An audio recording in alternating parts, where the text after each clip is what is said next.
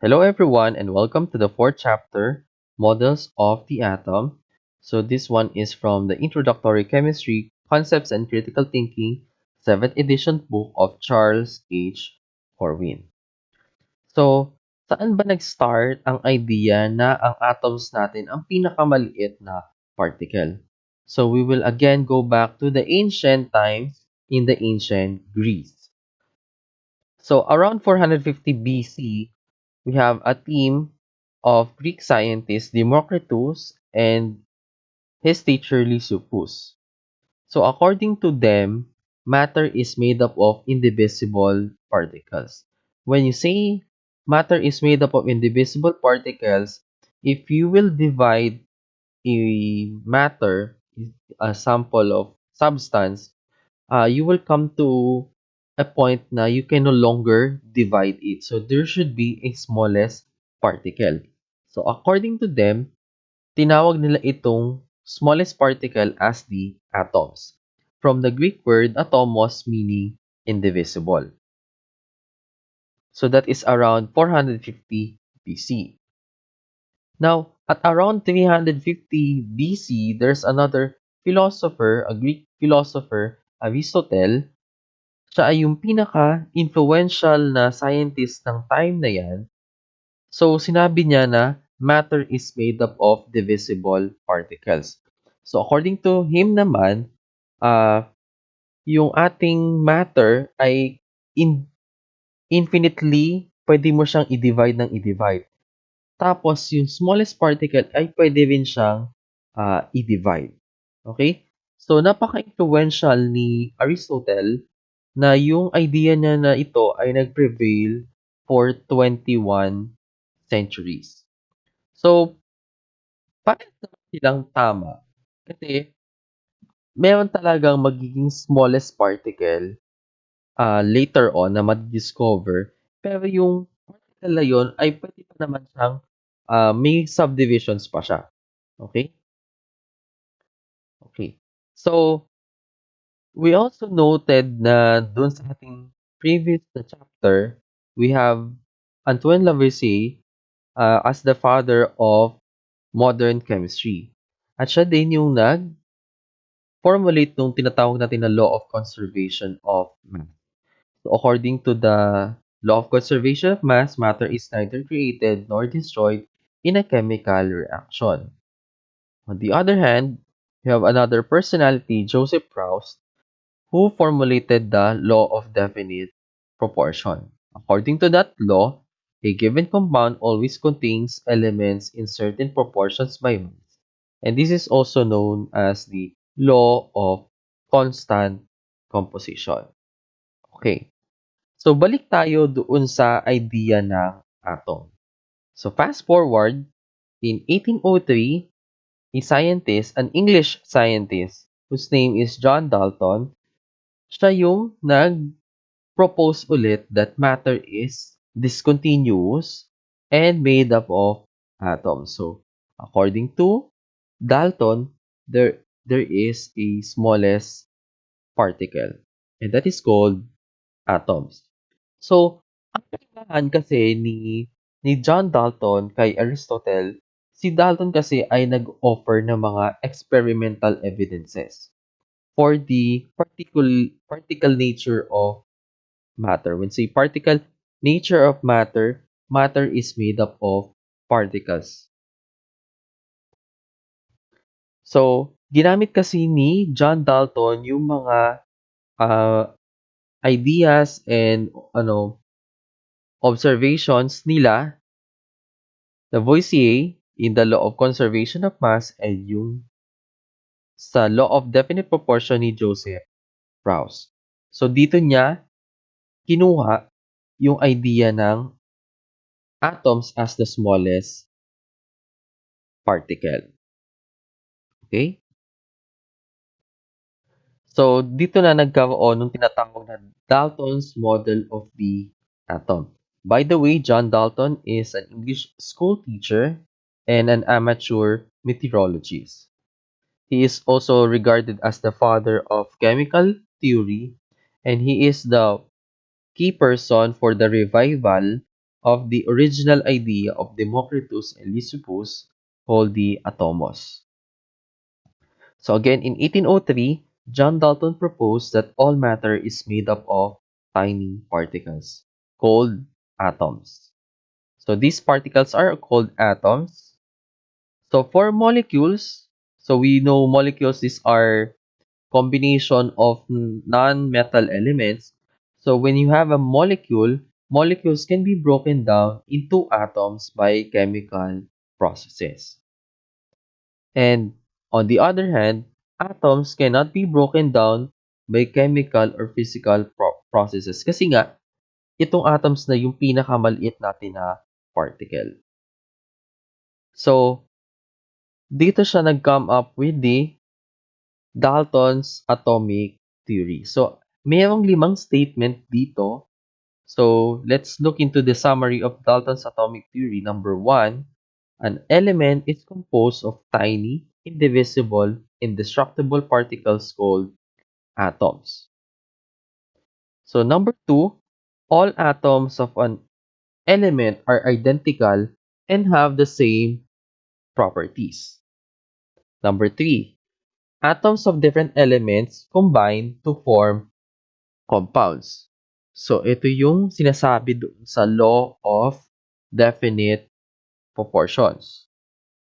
Number 4, compounds contain atoms in small whole number ratio. So, for example, di ba, carbon dioxide, isang carbon, dalawang oxygen. O kaya carbon monoxide, isang carbon, isang oxygen. And number 5 natin, atoms can combine in more than one ratio to form different compounds. So, yun yung sinasabi ko nga kanina na yung sa ating case ng carbon dioxide, pwede siya makakreate ng dalawang compounds, carbon monoxide and carbon dioxide.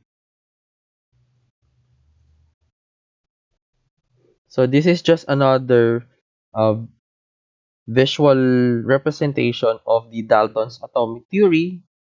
So, pwede natin pakita natin that yun nga sa each element is composed of extremely small particles called atoms. So let's say this red colored circuit, that is the representation of the atoms of oxygen.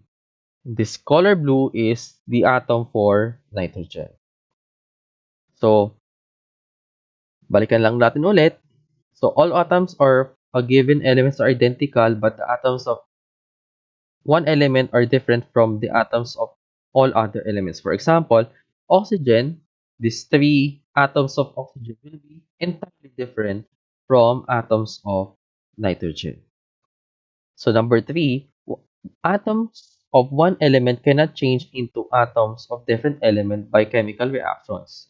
So ito yung sinasabi natin na atoms are neither created nor destroyed in chemical reaction. This one is just a restatement of your law of conservation of mass. Matter is neither created nor destroyed. Number 4 is compounds are formed when atoms of more than one element combine. A given compound always has the same relative number and kinds of atoms. For example, if you combine nitrogen and oxygen, these are your elements, you can form NO or nitrous oxide. So, meron din tayo nung tinatawag na NO2 which is nitrogen dioxide. So, dun sa 5 na statements, if we will refer to the summary of Dalton's atomic theory, yung previous slide. So, meron kasing parts dito na later on mapoprove na incorrect. So, the first two, the first two statements here by Dalton in his atomic theory will be found incorrect. Okay? So, please take note of this. So, this one, itong dalawang to, ay mapoprove na medyo may mali sa statement. So, proposals 3, 4, and 5 are still accepted today. So, tama sila. Nonetheless, Dalton's theory, this theory, the atomic theory of Dalton, is an important step in the development of the atomic theory. So, kumbaga, lagi dapat may pagsisimulan. Lagi may pinagsisimulan ng kasi ito ay nag-ano naman siya nag-evolve naman siya through experimentation. So, yung may part kasi nga na mali do sa atomic theory ni Dalton. So, there's another law aside from the law of conservation of mass and the law of definite proportion or constant proportion. There's another law called the law of multiple proportion. So, si John Dalton na yung propose ito. So, according to that law, when the same two elements combine to form more than one compound, the ratios of the mass of one element in the first compound to its mass in the second compound as it combines with the same mass of the other element can always be expressed as ratios of small whole number. For example, ang classic example natin dito ay carbon. So, to form carbon monoxide, let's say 1 gram of carbon, you need 1.33 grams of oxygen to form this CO. Okay? On the other hand naman, ay meron kang combination ng 1 gram of carbon with 2.666 grams of oxygen. Bakit naging ganyan? Kasi 1.33 times 2 ay 2.66. So, itong 1 gram of carbon with 2.666 grams of oxygen will form CO2. So, yung dami ng, 'di ba, in carbon monoxide, 1 C, 1 carbon, 1 oxygen. In carbon monoxide, you have 1 C and then 2 oxygen. So, may ratio yung oxygens in the two compounds na 1:2. So, same number of carbons but nagdi-differ lang sa number ng oxygen. So, you have 1 oxygen in carbon monoxide and 2 oxygens in your carbon dioxide. So, fun fact lang kay John Dalton. So, he began teaching at the age of 12. Diba? Napakabata niya. And doon siya nag-start na mag-develop ng interest in science. He was especially interested in meteorology and kept a lifelong daily journal of atmospheric conditions. So, napaka-tedious nung kanyang pag-document ng journal niya about the atmospheric conditions. John Dalton is colorblind. However, hindi naman ito nakahinder sa kanya because Dalton was able to make many great contributions to chemistry, including his model of the atom and the law of definite proportion.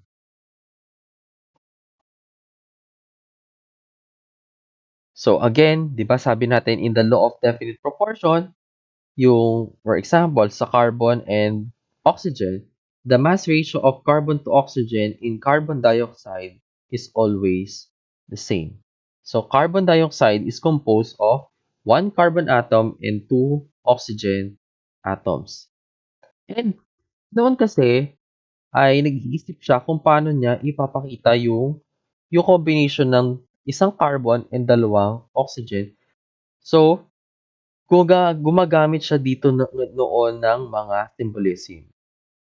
So, ginamit niyang symbolism for carbon ay color black and then oxygen ay bilog with color red. Then, sabi din niya, similarly, 2 atoms of hydrogen and 1 atom of oxygen will give water. So, meron ulit siyang symbolism. So, again, sabi natin yung oxygen dito, ito yung color red, yan. And the hydrogens here are the ones with the dot in the middle. So, merong iniwan ding another significant contribution si Dalton dun sa paggawa nitong mga symbolisms na to. And also, si Dalton din yung nag-propose na si methane or during that time is called marsh gas na ang isang methane ay composed of one carbon atom and four hydrogen atoms. And na-prove niya na methane is CH4. So, paano niya ni-represent yung molecule? So, again, carbon is black. So, carbon is black here, and then it is surrounded by four hydrogens, symbolized by a circle with a dot. So, si Dalton kasi ay gumawa siya ng mga nung symbolisms ng ating mga elements. So, ito. So, sa kanya, nag-start yung symbolism. Pero, naging problem lang dito is kapag magke-create ka na ng compounds kasi napakatabaho nung pagdodrawing. Well, ang maganda pa rin doon is sa kanya pa rin nag-start yung symbolism. Okay? So, that is our first in this uh, topic natin of the model of the atom. Okay. So, this is just the picture of the Dalton's model of the atom, or also called as the solid sphere model or the billiard ball model. So, that is the representation of your atom. Now, now comes another personality. Kasi towards the end of the 1800s, there were evidences na nagpapatunay pala na atoms were divisible. 'Di ba? Remember, in our first statement of the Dalton's atomic theory, an element is composed of tiny, indivisible, indestructible particles called atoms. So, tama naman siya na tiny. So, yun yung pinakamaliit. Pero yung indivisible, medyo nagkaroon siya ng ah, contradiction dito. Kasi pala, ang ating atoms ay pwede pala siyang i-divide. So, meron pa siyang subdivision. This is the time kung kailan na-discover yung ating subatomic particles. So, merong dalawang subatomic particles na na-discover. And this is credited to Sir JJ or Joseph John Thomson. And yung ating dalawang subatomic particles na na-discover ay yung tinatawag na negatively charged electrons and the positively charged protons natin. And nabigyan din ng charge ang ating electron. So, an electron has a relative charge of -1, proton has a relative charge of +1. Okay. So, si Thomson, he also proposed another model called the plum pudding model. So, anong itsura ah, ng model niya? So, he proposed this in 1903. Take note, si John Dalton 1803, si Thomson 1903. So, almost 100 years later. So, Thomson proposed that electrons were distributed evenly throughout a homogeneous sphere of positive charge. So, tinawag niya ito the plum pudding model of the atom. So, ganito yung itsura niya. So, the electrons are negatively charged particles, di ba? Kasi nga, na-discover na yung palang atom, there's positive and there's negative uh, charges doon.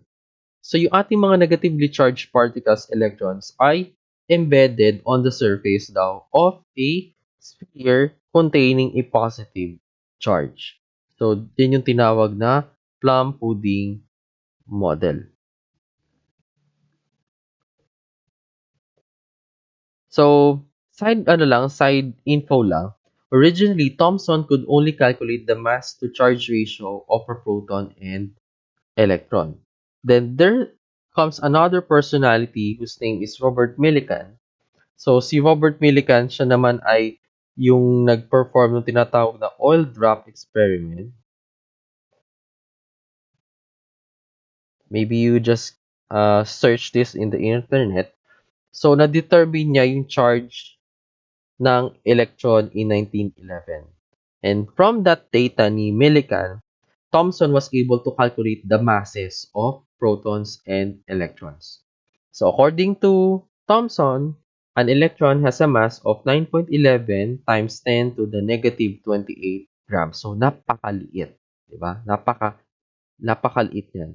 And a proton has a mass of 1.67 times 10 to the negative 24. So which one is uh heavier? So ang heavier dito is yung proton natin. So yung electron ay sobrang, nakikita nyo, negative 28. So mas malkaan siya. Okay? And this is the representation or the visualization of the uh, another model naman na lalabas is the Rutherford's model of the atom. After the scientist Ernest Rutherford.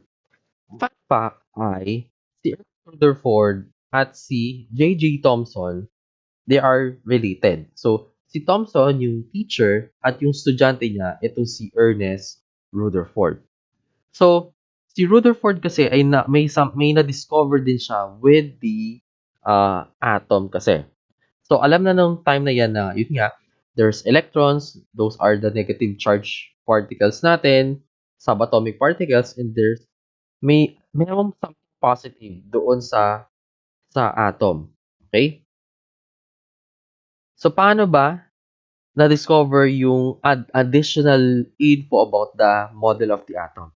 So, Rutherford, the student of Thomson, he fired alpha particles at thin gold foils. So, according to Rutherford, if the plum pudding model of the atom was correct, the alpha particles should pass through undeflected. So, this is a visualization of that experiment. Ito yung tinatawag na gold foil experiment naman. So, yung alpha particles, ito yung gold foil. So, kung tama yung plum pudding model, na yung electrons natin ay naka-embed lang, then, yung alpha particles will just pass through. Pero, it was observed that some alpha particles were deflected backward. So, paano yung itsura niyan? So, if you shoot the gold foil with the alpha particles from the source, some deflected backward. So, ito yung katulad nito. Yung nakita nyo spark dito. So, nadedetect kasi yan. Nadedetect yung alpha particles through this special screen.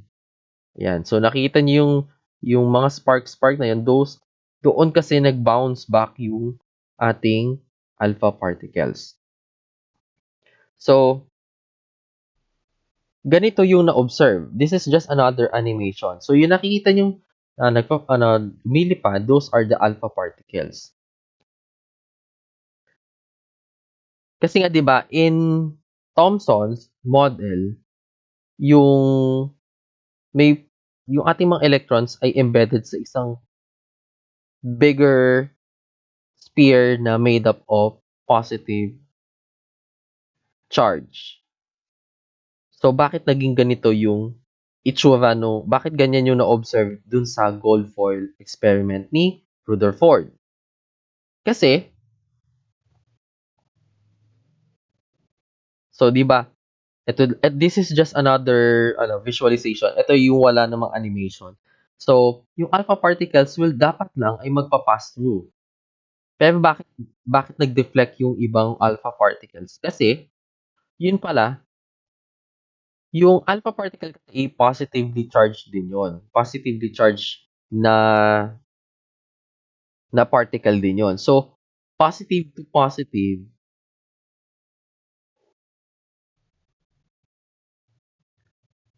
and nag-ano siya, yun, katulad ng alpha particle, nag-interact siya doon sa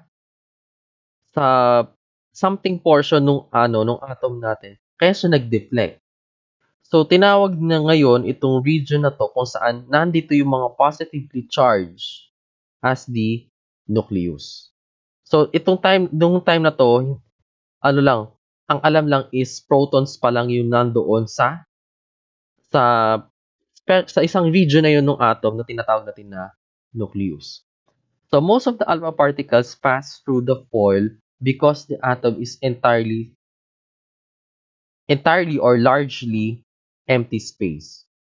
So yung atom, dun sa atom na yun, may isang space, isang portion lang doon or region lang doon na ando nakakoncentrate yung ating positively charged, and the rest is just empty space. So at the center of the atom is the atomic nucleus, which contains the atom's protons. Kasi later on, madidiscover na there's another particle in the nucleus. So the alpha particles that bounce back did so after striking the dense nucleus. So eto nakikita nyo mga arrows na yun, those are the path or yung dinaanan ng ating alpha particle. And doon nag, nag, nag-interact yung ating nucleus, which is positively charged, and the densest portion of your nucleus, nag-bounce back siya. Okay? So from this ay nagkaroon na ng tinatawag na Rutherford's model of the atom. So this is just a modification dun sa Thomson model. So meron palang portion sa gitna which is called nucleus na doon yung makikita yung positively charged particles called protons muna. And the atom will be entirely empty space. And dun sa space na yon, dun yung makikita yung mga electrons. So Rutherford proposed a new model of the atom. The negatively charged electrons are distributed around a positively charged nucleus. So take note of the description. Electrons are negatively charged. They are distributed around the positively charged nucleus. So in the positively charged nucleus, dun yung makikita yung protons. Muna. Okay?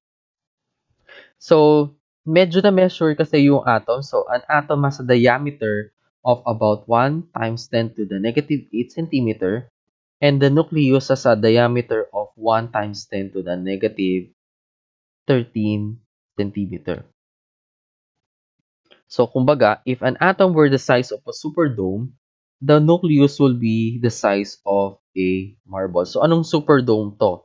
So, ito yung makikita sa US, yung Mercedes-Benz Superdome. So, ganyang kalaki yan, napakalaki yan.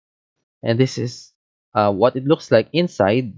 So, if the atom will be this big, the nucleus will be just a marble. So, dito nyo sana ma-visualize yung pagiging empty space o empty space nga ng ating atom. And there's a portion of the atom kung saan nakakoncentrate yung ating particles, which is called your nucleus. So, that is the Rutherford's model of the atom. Then, based on the heaviness of the nucleus, Rutherford predicted that it must contain neutral particles in addition to protons. And this will be later on discovered by another personality whose name is James Chadwick. And these neutral particles are called neutrons. So, symbolized as N0. So, zero charge sila. So, a neutron is about the size of a proton, but the difference is wala tong charge. So, meron na tayo nung tatlong subatomic particles, electron, proton, and neutron. So, yung location yung ating proton and neutrons are located inside the nucleus. Your electrons will be outside. In terms of relative charge, your electrons will have negative charge, protons positive charge, and neutrons as neutral or zero. So again, this is just another version of that. So protons will have positive 1, neutrons 0, and electrons negative 1. The location, nucleus for protons and neutrons, and electrons will be outside the nucleus. So let's say this is an element. This is sodium. So in the nucleus, nandoon yung makikita yung protons, and around that will be your electrons. So we will now discuss this, what you call atomic notation.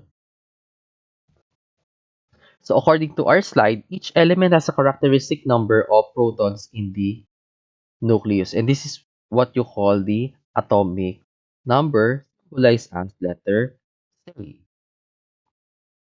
So kung ano yung, 'di ba sa kung ano yung atomic number, that will give you an idea kung ilan yung protons niya. So the total number of protons and neutrons in the nucleus of an atom is called the mass number, or letter A, capital A. So when you combine the protons and neutrons, that will give you the mass number. So we will use the atomic notation to display the number of protons and neutrons in the nucleus of the atom in this manner. So we have A, say, symbol, or psi.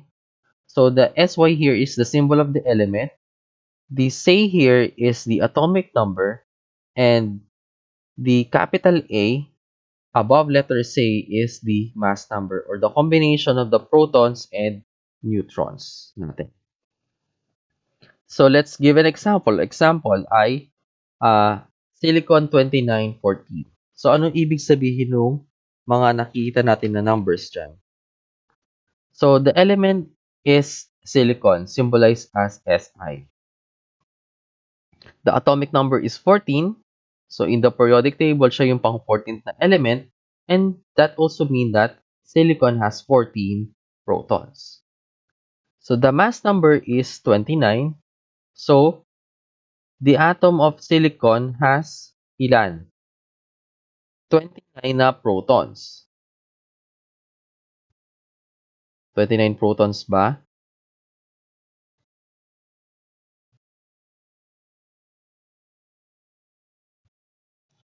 So may medyo mali tayo dito. So the atom of silicon has ilan? Dapat 14. 14 protons kasi the number of protons is equal to the atomic number, or ang atomic number kasi natin dito ay symbolized as letter C. So P is equal to C is equal to, magiging equal din kasi ito sa number of electrons. So if the element did not gain or lose an electron. So the mass number is 29. The atom of silicon has 14 protons plus blank number of neutrons.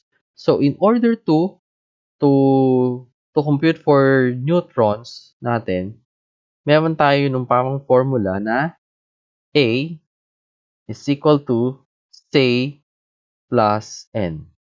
So, di ba alam natin that C is the atomic number. So if you add the number of neutrons, that will give you the mass number A.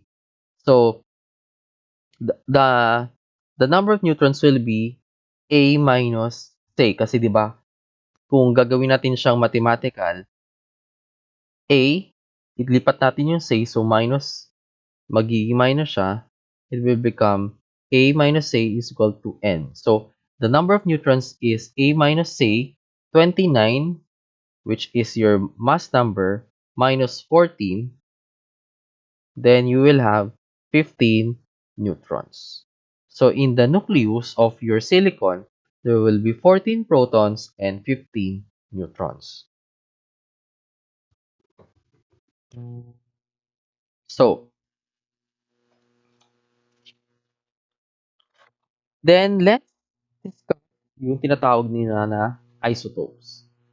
So, sabi, 'di ba, sa atomic theory ni Dalton na all atoms of the element are identical and have the same properties. It was later discovered that is not correct. Kasi bakit? 'Di ba nga, sabi natin yung number of protons that is also equal to the atomic number or the letter say. And that is also equal to the number of electrons if didn't gain or didn't lose electrons. Tapos, bilang dito ay yung number of neutrons. So, maaaring mag-vary. So, sabi dito, most elements occur naturally with varying number of neutrons. So, yung neutrons lang kasi yung pwede mong dagdagan. Kasi kapag nabago yung number of peak, for example, this one is single proton, and that means the atomic number is 1, then this is hydrogen. So, itong hydrogen na to, pwede mo kasi siyang dagdagan ng neutrons. Kapag nadagdagan siya ng proton, then this one is not hydrogen. This will become helium. Yan is yung neutrons. So, yung di ba? Number of protons, pero magkakaroon siya ng different number of neutrons. So, this one is called isotopes. So, of the same element that have different number of neutrons we use is called isotopes. So, isotopes have the same atomic number kasi hindi naman magbabago dapat yung element, but it contains or but it has different mass numbers. For example, this tree that is shown here, these are the three isotopes of hydrogen. So this is the symbolism 1,1H. This is called prosium. Then you have 2,1. This is called deuterium, and 3,1H is called tritium. So ano ibig sabihin yan? In protium, you have one proton, one electron. No, zero neutrons. In deuterium, you have one proton pa rin, one electron, but this time you have one neutron. So, di ba alam natin that this number, which is your letter A, this is equal to say plus N or P plus N. So, meron kayong tag-isang protons and neutrons. So, the mass number will be 2. Kaya siya 2, 1 each.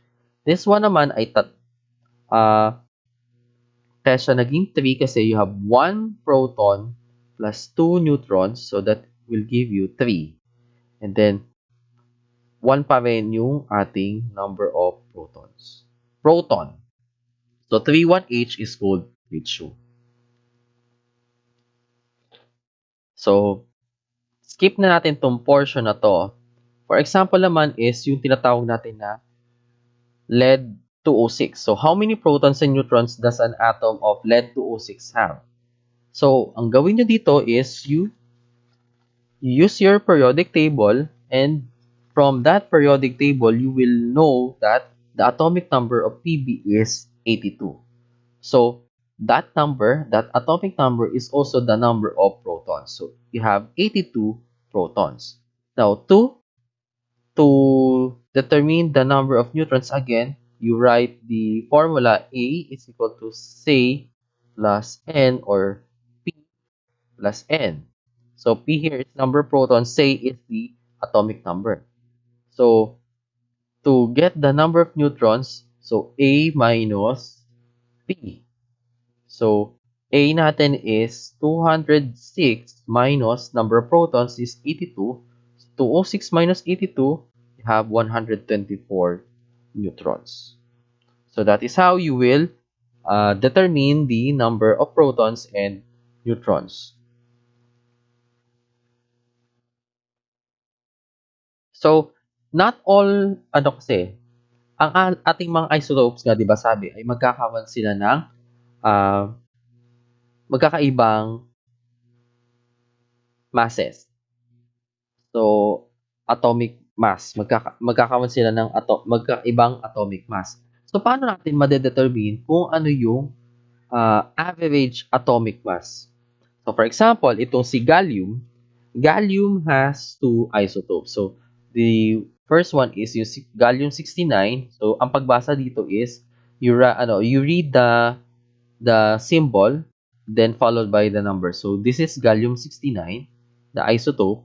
Ang mass niya is 68.926 AMU. So, ang basis kasi ng AMU dito is si carbon. And itong gallium-69 is found to be abundant at around 60.11%. The other isotope is called gallium-71, and the mass is 70.925. And it's abundant at around 39.89%. So, patin malalaman yung average atomic mass nitong element na ito.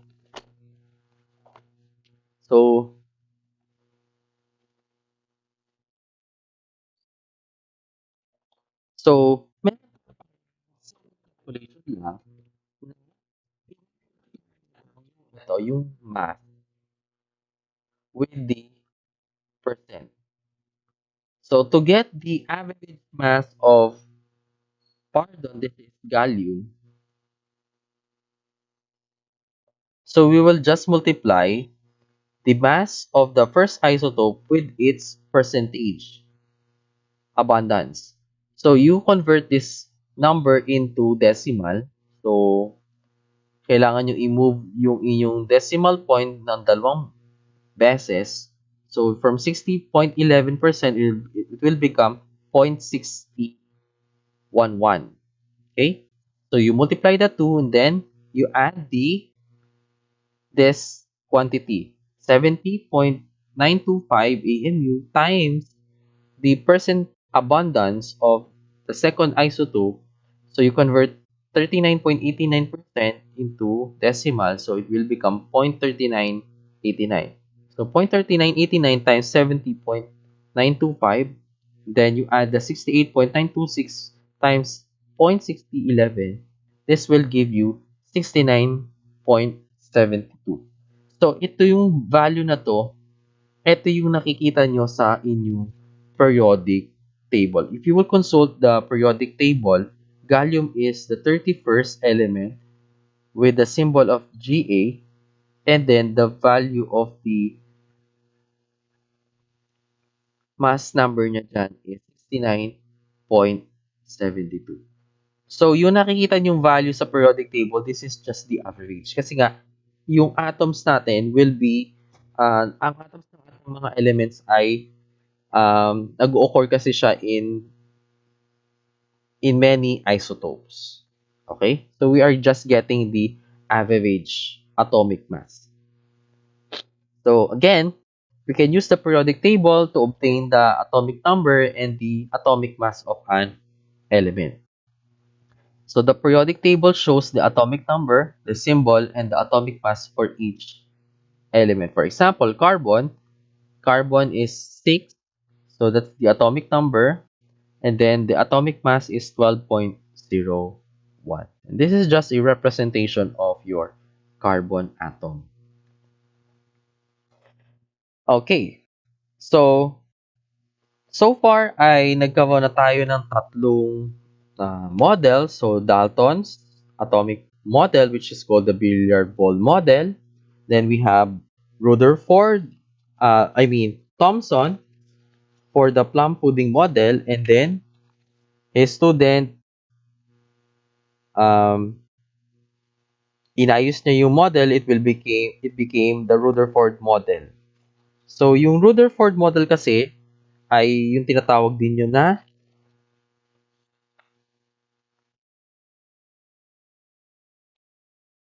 so yun na lang. Rutherford model siya. Now, medyo tayo ng isang topic. So, ito yung tinatawag natin na wave nature of light. So, bakit natin pag-uusapan ito? Bakit medyo lilihis tayo? Kasi, mahalaga ito in the next development of the next model of your atom. So, ano ba yung sinasabi sa wave nature of light? So, sabi dito is that light travels through space as a wave, similar to an ocean wave. So, dahil siya ay isang wave, so medyo physics yung magiging discussion natin, meron tayo ng mga tinatawag na terms na wavelength and frequency. So, when you say wavelength, this is the distance that is traveled by the distance traveled by the light wave in 1 second. So, gaano kalayo yung na-travel yung light wave in 1 complete second. And the frequency is the number of wave cycles completed in each second. So, sa isang segundo, ilang wave cycles ang complete. And you should know here that your light travels at a constant speed of 3.00 times 10 to the 8 meter per second. So this is called the speed of light. So the longer the wavelength of light, the lower the frequency. So ito yung tinatawag ng inverse properties ng ating light. So if the wavelength, I will just symbolize it with this Greek symbol. Then if your wavelength is high, then your frequency is smaller or lower. So symbolized as small f. So the shorter the wavelength, so nakita nyo dito sa diagram natin, mas maikli yung wavelength. So mas nag-o-occur siya na frequently. So mas mataas yung kanyang frequency. Okay? So since we're talking about light kasi usually refers to the radiant energy. So, di ba, this is one form of energy.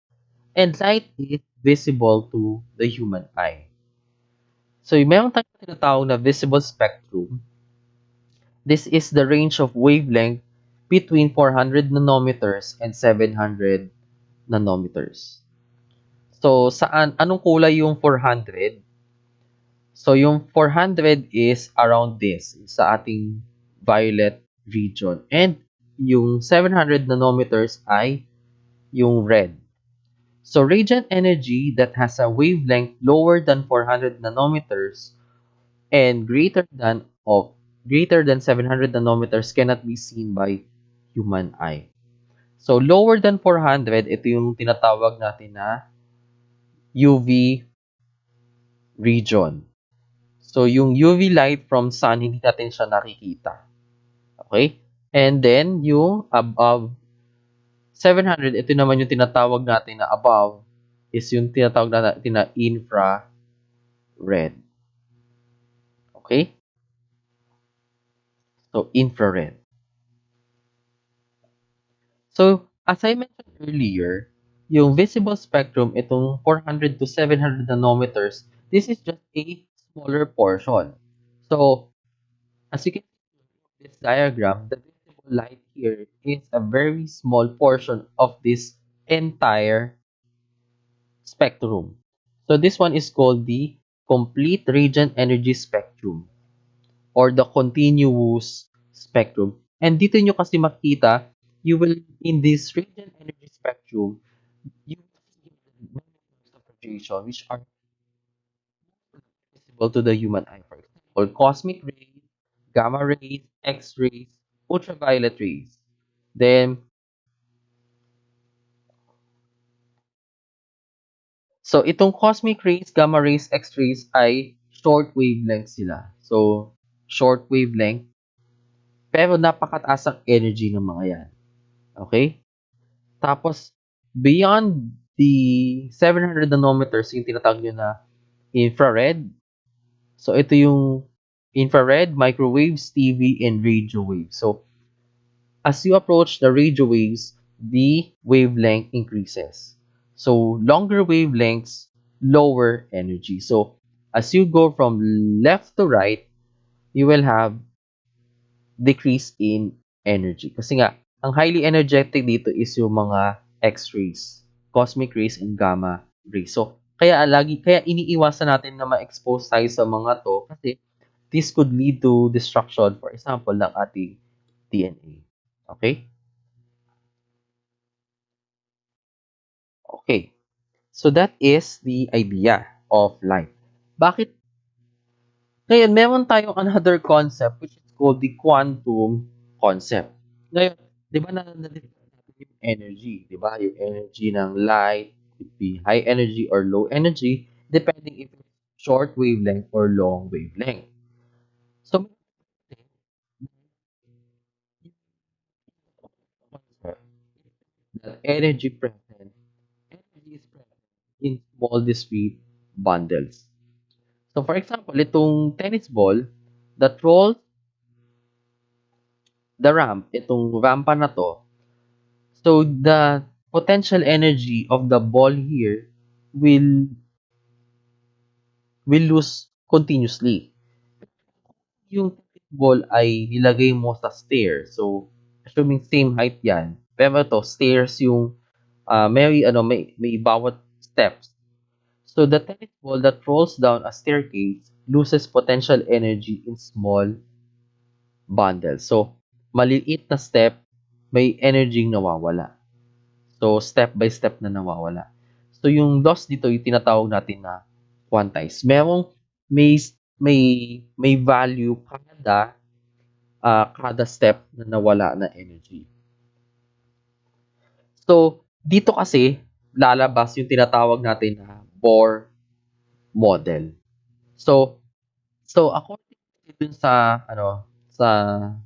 model nito, so the proponent is Niels Bohr. Niels Bohr speculated that electrons orbit around the nucleus in fixed energy level. So, may energy levels yung yung atom natin. So, doon nag-orbit yung ating mga electrons. So, electrons are found in specific energy levels and nowhere else. Yung original idea kasi ng atom natin, yung nucleus ay pakalat-kalat siya. So, yung electrons ay makikita mo pala in specific energy levels. So, merong parang orbit. So, di ba, we know that the nucleus is a very small region in the atom. Nandoon na makikita yung ating protons and neutrons. And outside that nucleus, doon yung makikita yung inyong mga electrons. So, meron daw orbiting. So, yung ating electrons ay nag-orbit around the nucleus. That orbit is energy, may specific energy level yun. So, the electron energy levels are quantized. So, may value yun. Okay? May value yung energy ng electron depending kung gaano siya kalayo from the nucleus. So, paano nalaman ito? Meron nung tinatawag na emission line spectrum.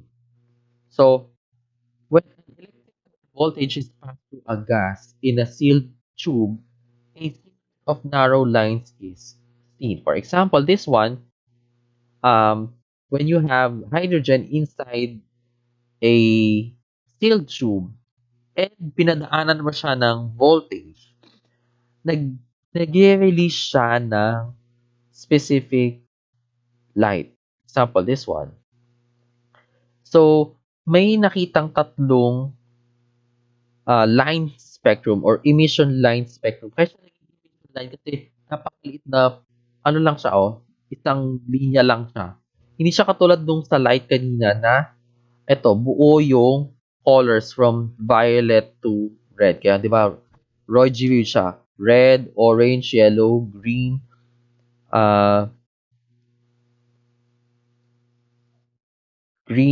blue, indigo, violet. So, ito yung visible spectrum.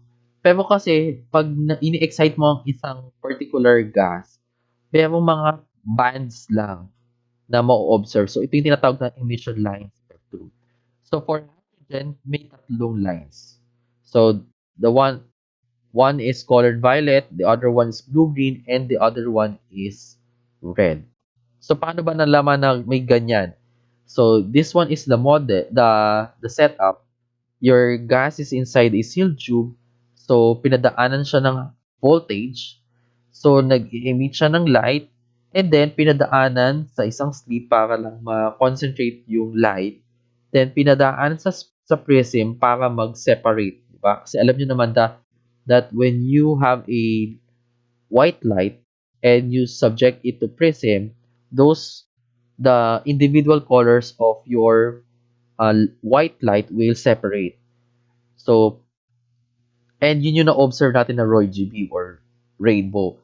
So, dito naman sa case na to, itong light na galing dun sa uh, na na-emit ng ating hydrogen, pinadaan siya sa prism para makita yung separation ng color. So, you have violet, blue, green, and red. Okay?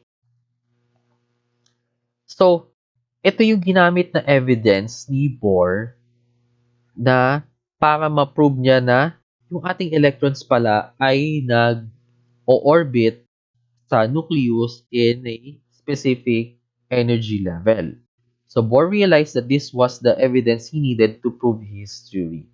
So the electric charge temporarily excites an electron to a higher orbit.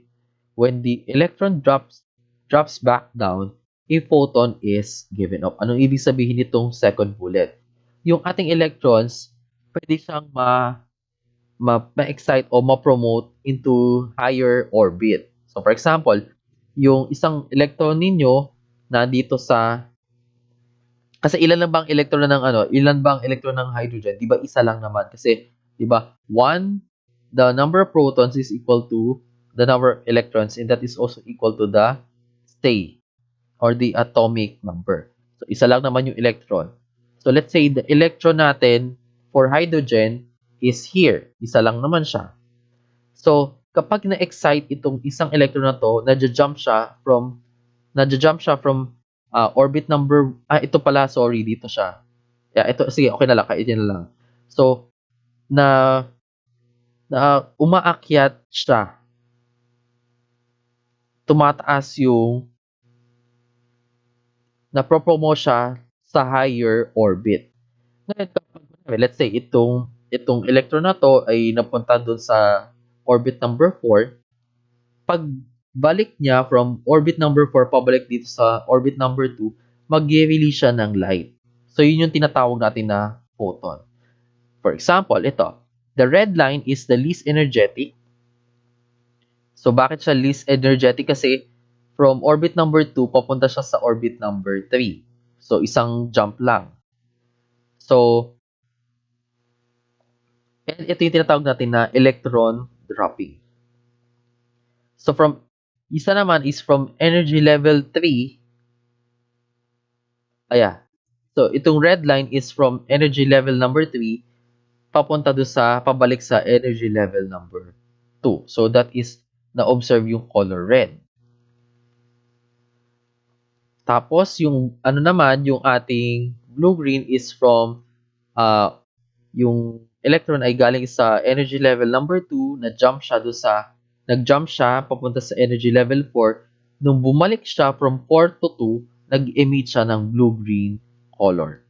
And the most energetic dito is yung violet kasi siya ay nag-jump from second, umakyat siya sa 5th energy level.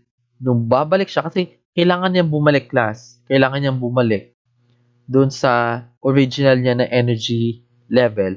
So pagbalik niya from 5 to 2, nag-jump siya, nag-release din siya ng light. So yun yung na-observe na violet.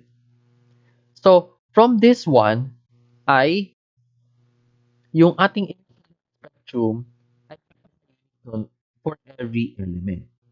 Okay? So the emission spectrum of each element is unique.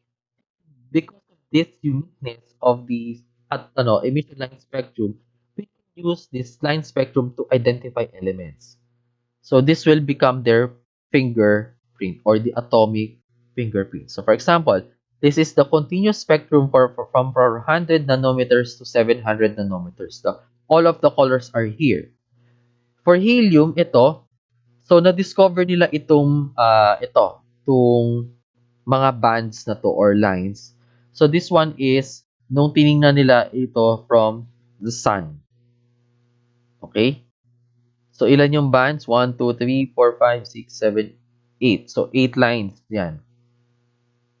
For lithium, we have 4. Sodium, dalawa. Mercury ay 1, 2, 3, 4, 5, 6, 7, 8. So 8 din siya pero meron kang itong dalawang lines na to, isang band na lang siya, and so on. So ito, pwede mo siyang gamitin as fingerprinting of the atom. So malalaman mo kung anong element siya kapag nag-emit siya ng ganyang mga bands. Okay. So another just to lighten up the discussion, a fun fact about neon lights. So yung neon lights ay nakikita natin na very bright lights. So most neon lights do not actually contain neon gas. Kasi baka yun ang misconception. Na kasi tawag natin neon signs, yung very bright. So katulad itong mga nakikita nyo outside the bars or clubs. So parang sila ang bright nung color nila or light nila. But these actually are not all neon.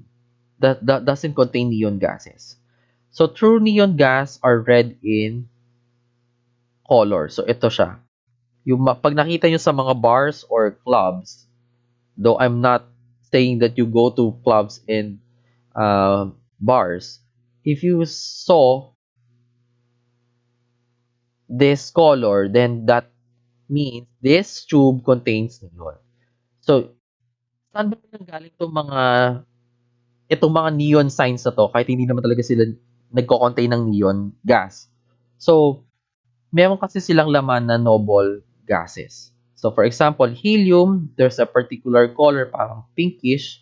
Argon is blue, krypton is white, and xenon is parang white din siya.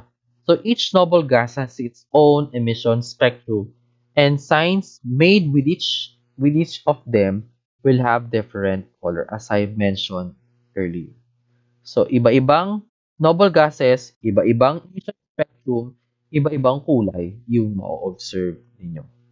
So ito yung mini-mistake natin as the neon sign. Pero hindi naman talaga neon lang yung laman noon. Okay? So, dahil napag-usapan natin yung energy levels, there's called division about in each level. So we call them energy sub-levels. It was later shown that electrons also occupy energy sub-levels within each level. So these sub-levels are given the designations S, P, D, and F. So saan nyo kaya na-encounter ito? Nung nagpa-lecture video ako sa inyo about sa electron configuration. Ano ba ibig sabihin ng S, F, S, P, D, F na yan? So these designations are in the reference for the words sharp, principal, diffuse, and fine lines in emission spectra. Okay, so that is the meaning of the SPDF. The number of sublevels in each level is the same as the number of the main energy level. So for example, in the first level, edi isa lang. Sa second level, dalawa. So paano na siya papakita? Ito siya. So in the first level, ito, 1. In the first energy level, may isang sublevel lang. So that is designated as 1s.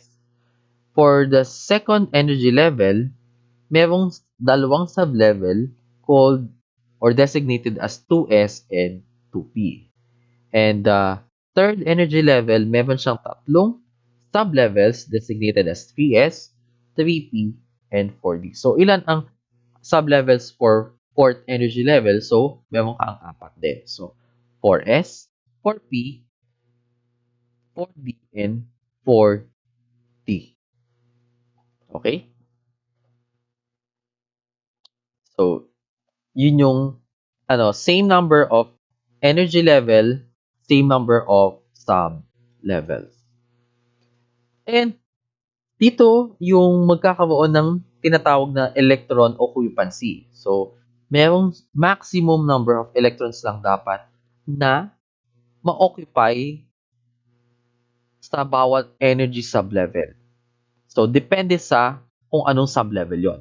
So, for example, the S sublevel will hold only maximum of 2. Si P ay 6, si D ay 10, and then the F is 14 electrons lang ang kanyang maximum.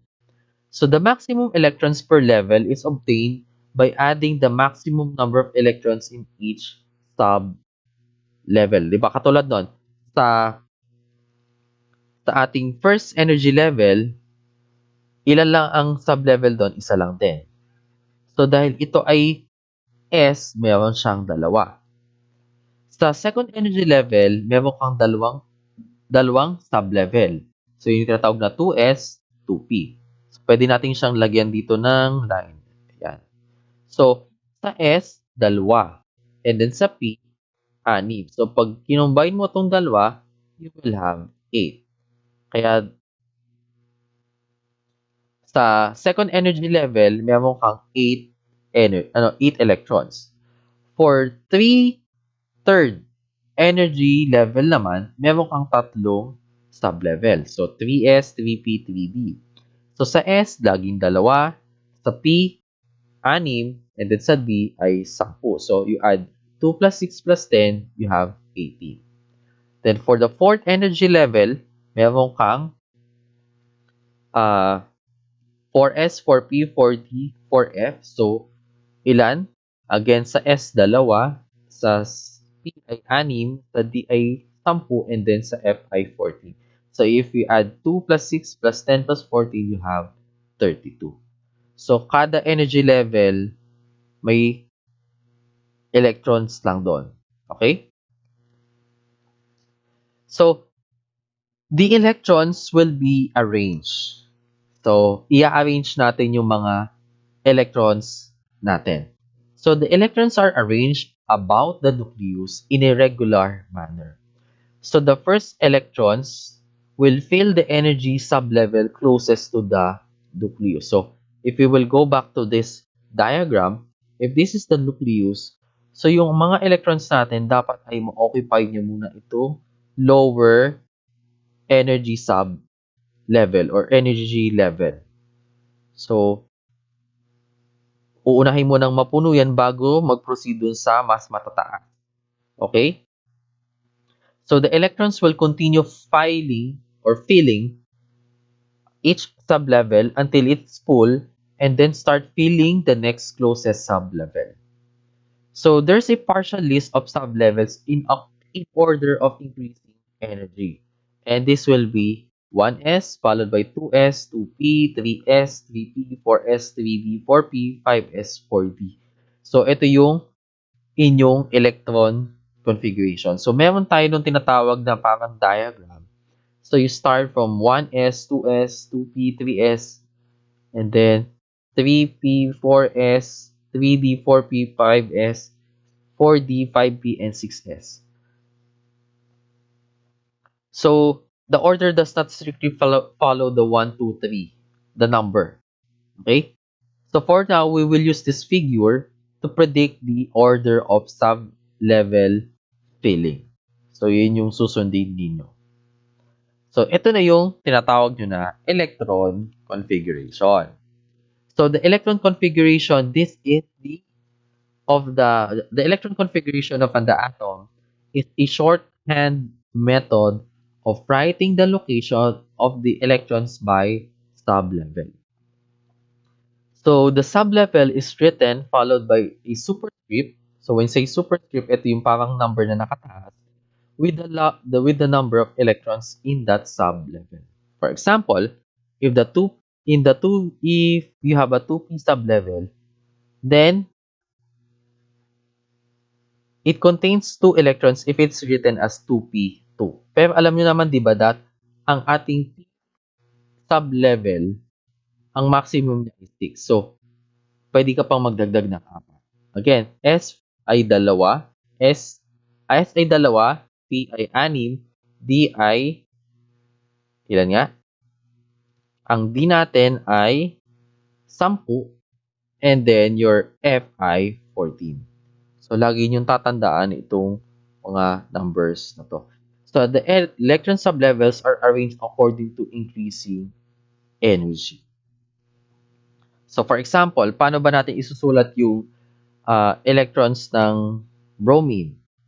So, you again grab your periodic table, locate in the periodic table nasan si bromine. So, bromine is element number 35. That's the atomic number. So, if you, di ba ang makikita nyo kasi, bromine 35, 79.90.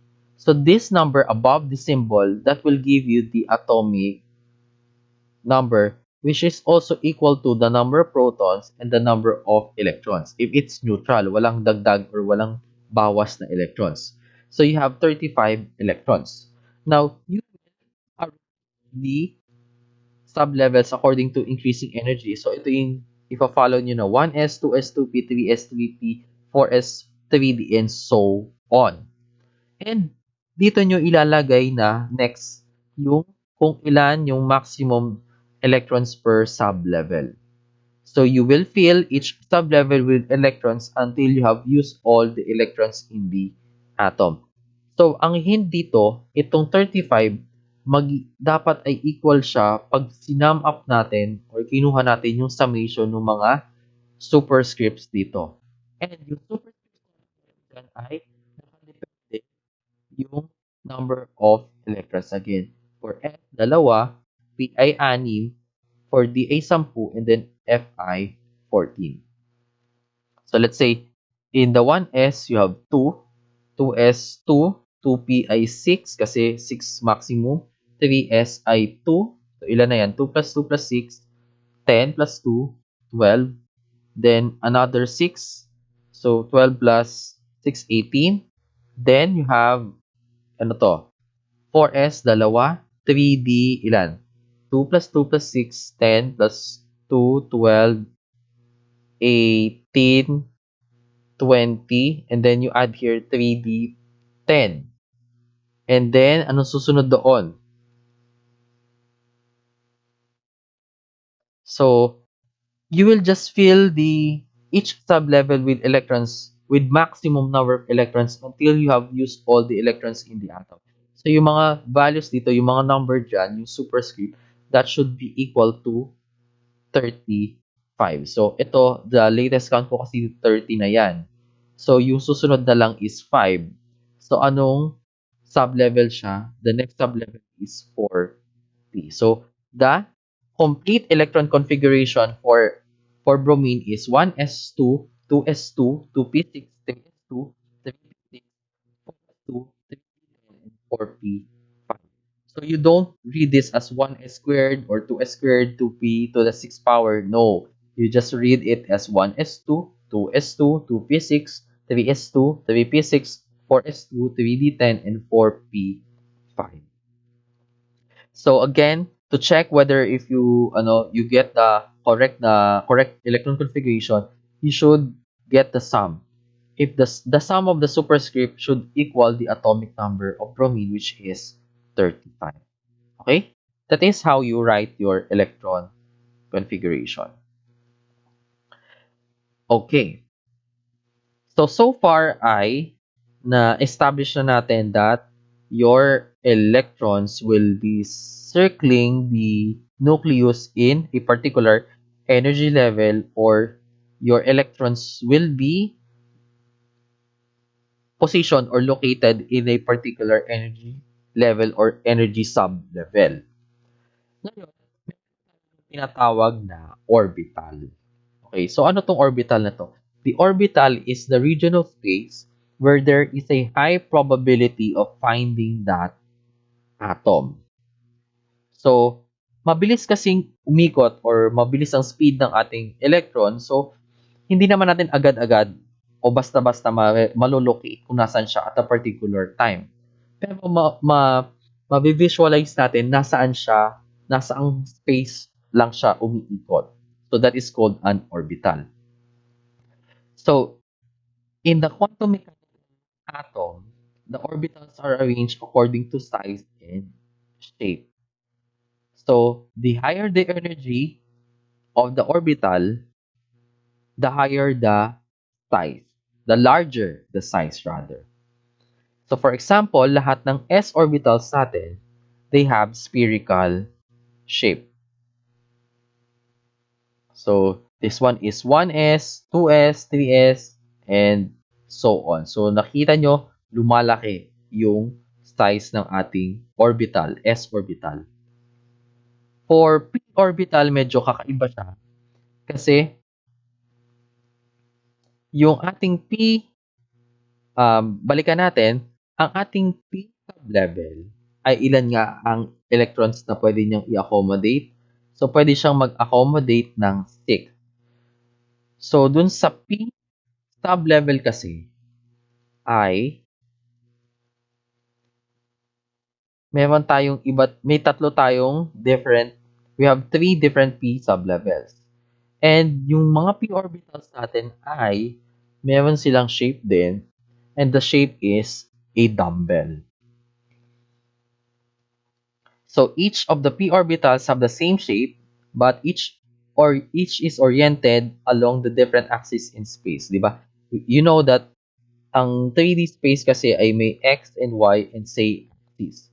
So may isa na orbital na along the x-axis, along the y-axis, and the other one is in the z-axis. So this one is the complete kapag na-occupy nyo yung lahat ng tatlong yan.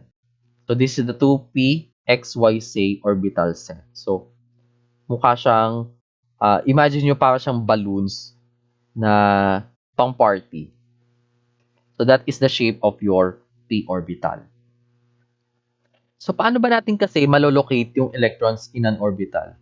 So the orbitals are the region again. Orbitals are a region in space in which the electrons are most likely to be found. So a good analogy of this, for example, the electron in the p orbital is a fly. So yung fly or langaw ay trapped in two bottles held mouth to mouth or end to end. So, dito lang sa, 'di ba, ang itsura niya para din siyang dumbbell. So, yung ating electron ay diyan yung makikita lang sa or yung fly, yung langaw, diyan nyo lang siya makikita. So, paikot-ikot lang siya diyan. So, kung yung balikan natin, kanina ang s orbital ay bilog, si p orbital ay parang dumbbell, hindi naman ay kakaiba. So, in the D sublevel naman, merong 5. So recall that there are 5 different D sublevels. So 4 of the D orbitals have clover leaf shape. So yung parang 4. Yan, 4 siya. And the other one is meron siyang dumbbell and donut. So that's the shape of your D orbital. Okay? Yung F medyo kakaiba na siya. So dito lang tayo titigil tayo sa S at sa P and sa D orbital. Okay? So far kasi ay na-describe na natin yung iba't ibang mga atomic models starting from Dalton, which is just a billiard ball, a solid sphere model. Sa nag-evolve siya. So yung kay Thomson, naging plum pudding model. So yung mga electrons daw ay naka-embed dun sa isang bigger sphere of positive charge.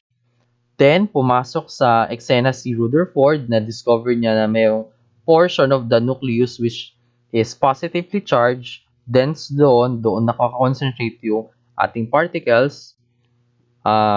Initially, ang na-discover doon is nandun yung proton and yung mga electrons natin ay nag-circle around the nucleus. Then comes Bohr. So, ang tawag doon sa kanyang model is tinatawag na planetary model kasi doon ay na-envision na yung ating electrons ay nag-orbit around the nucleus. So this time, yung nucleus natin ay found out that may having protons and neutrons. And the electrons are again in a specific orbit or specific energy level or energy sublevel. So that is called the Bohr model. And then the last one, yung hindi lang masyado napakita ko sa slides natin, ito yung tinatawag natin na quantum mechanical model of the atom. So again, we acknowledge that the nucleus will be in the middle. That's a very small portion, but the densest region of your atom, wherein you will locate your neutrons and protons, and the electrons will be circling around this nucleus. So, nakapansin nyo, ang difference lang ng planetary model and the Bohr planetary model ni Bohr and the quantum mechanical model ni Schrödinger ay yung electrons kasi hindi natin siya mapipinpoint kung nasaan siya at a very particular timing. So, yung model kasi ito, tinatawag din siyang quantum cloud. Yung cloud. So, yung nakikita nyo parang yung bawat dots dyan, may dots talaga dyan actually. So, doon yung possible na location ng inyong electron. Kasi hindi natin, there's a principle there that we cannot locate the electron specifically at a very precise time. So, kumbaga, ang model dito is napaka-fuzzy. Fuzzy nung ating model. So, may portion, may region kung saan nyo makikita yung electron. That is called your orbital. Okay? So, these are the atomic models from the beginning, from Dalton up to Schrödinger's quantum model. Okay, so just to summarize, so atoms are composed of protons, neutrons, and electrons. So remember, may isang mali lang sa statement ng atomic theory ni Dalton that atoms daw before are made up of tiny, tama naman siya doon, so maliit. Pero there are even tinier particles. So an element is composed of tiny, indivisible, indestructible particles called atoms. But later on kasi na-discover that atoms are composed of protons, neutrons, and electrons. So per location naman, protons and neutrons are located in the nucleus and the electrons are outside, orbiting the nucleus. So we also discussed that atoms are mostly empty space. So ito yung from the discovery of Rutherford nga from the gold foil experiment. Discover na there's a region in the atom called nucleus. So doon naka-concentrate yung ating particles. So another finding natin is that the number of protons is referred to as the atomic number for the protons. So your atomic number, this is your say, that is equal to the number of P or protons, and that is also equal to E, the electrons, assuming it's neutral. Walang dadagdag, walang nabawas na electrons. So all atoms of the same element have the same number of protons. So kapag nabago ang number of protons, that's another element.